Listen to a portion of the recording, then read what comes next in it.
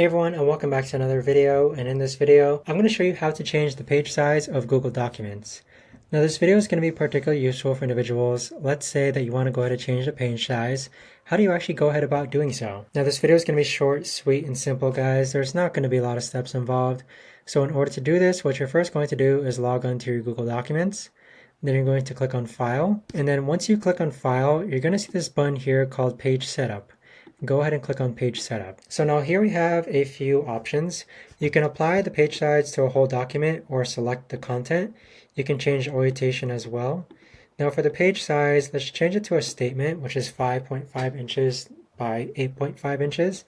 And then the margins you can set and then click on OK. So you can see now our document has now changed size, but if you want to change it back, you can click on File Size again, Page Setup, and then choose the correct size.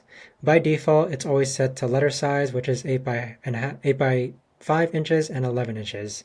But there you have it, guys. That right there is the best and easiest way that I know of to actually go ahead and change the page size of your Google document. If you guys know of a better or easier way to actually do this, let me know in the comments down below. I would love to know.